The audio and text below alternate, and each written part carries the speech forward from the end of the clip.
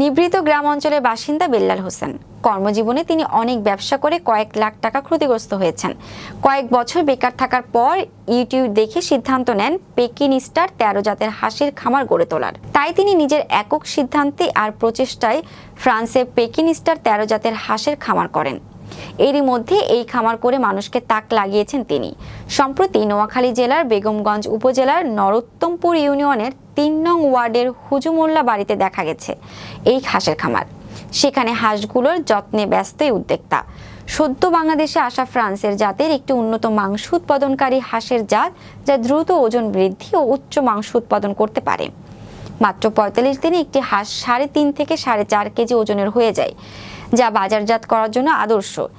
এই হাঁসের মাংস নরম, সুস্বাদু এবং বাজারে চাহিদা সম্পন্ন।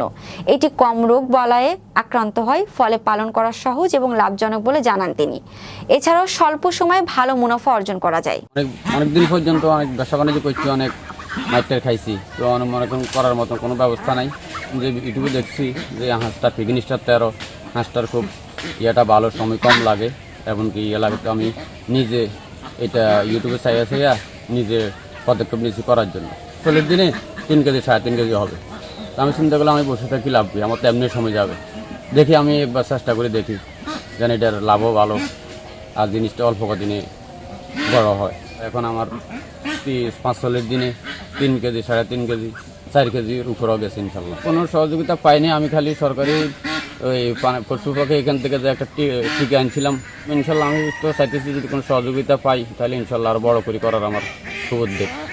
যদি সকাল বিকাল সময় পাইলে বাবাকে সময় দিই, আর যদি কোনো সহযোগিতা পাই তাহলে ইনশাল্লাহ আরও বড় করার উদ্যোগ আছে আমাদের।